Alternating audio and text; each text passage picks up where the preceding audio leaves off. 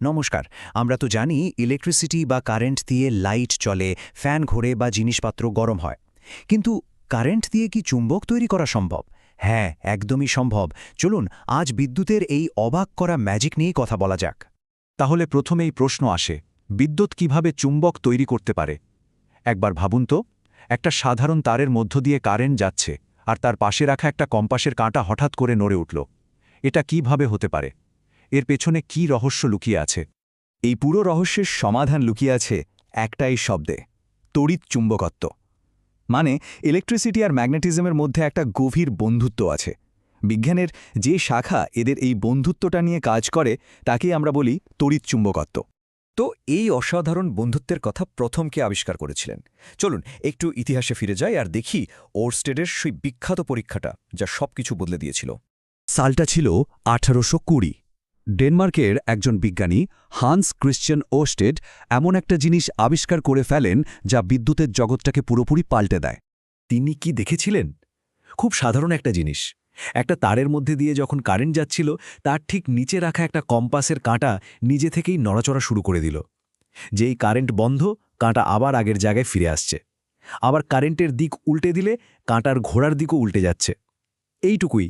কিন্তু এই পর্যবেক্ষণটাই ছিল বিজ্ঞানের জন্য একটা বিশাল বড় মুহূর্ত। তার মানে মূল বিষয়টা হলো, যখনই কোনো তারের মধ্যে দিয়ে কারেন্ট যায় তার চারপাশে একটা অদৃশ্য চৌম্বক ক্ষেত্র বা ম্যাগনেটিক ফিল্ড তৈরি হয়, আর এই ফিল্ডটাই কম্পাসের কাঁটাকে নাড়িয়ে দিচ্ছিল। আমাদের প্রথম রহস্য সমাধান তো হয়ে গেল। আচ্ছা, এটা তো বোঝা গেল যে একটা ম্যাগনেটিক ফিল্ড তৈরি হয়। কিন্তু এখন পরের প্রশ্নটা হলো, এই ফিল্ডের দিক কোন দিকে হবে? মানে কম্পাসের কাঁটাটা ঠিক কোন দিকে ঘুরবে? এটা বোঝারও কি কোনো সহজ উপায় আছে? হ্যাঁ, আছে।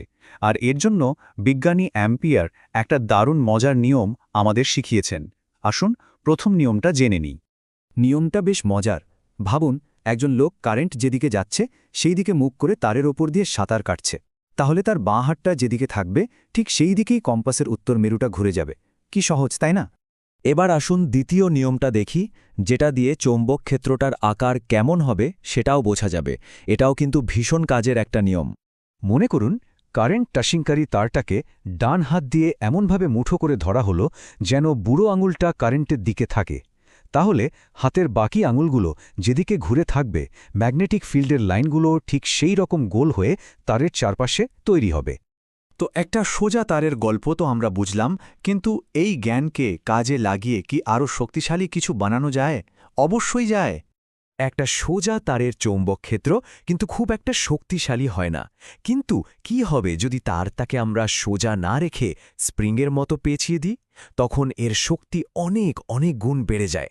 আর এই প্যাঁচানো তারটাই তখন একটা শক্তিশালী দণ্ডচুম্বকের মতো আচরণ করে। বিজ্ঞানের ভাষায় এই রকম ঘন করে প্যাঁচানো তারের কুণ্ডলিকেই বলা হয় সলিনয়েড।